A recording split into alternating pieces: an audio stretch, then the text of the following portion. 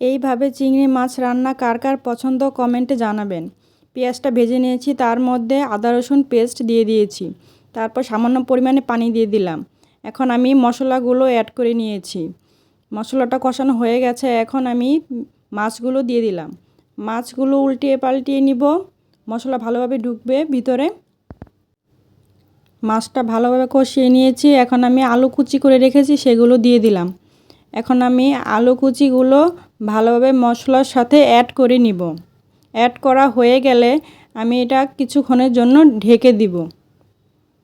কিছুক্ষণ ঢেকে রান্না করার পর আমার এই তরকারিটা কষানো হয়ে গেছে। সামান্য একটু নেড়ে চেড়ে নিব। এখন আমি পরিমাণ মতো পানি ব্যবহার করছি। এখন আমি এটা কিছুক্ষণ রান্না করে নিব। রান্নাটা প্রায় হয়ে এসেছে। এখন আমি জিরের গুঁড়ো ব্যবহার করেছি। এখন আমি ভালোভাবে একটু নেড়ে উল্টিয়ে পাল্টিয়ে দেব মাছগুলো। রান্নাটা আমার প্রায় হয়ে গেছে। এভাবে কারা কারা পছন্দ করেন চিংড়ি মাছ রান্না কমেন্ট করে জানাবেন।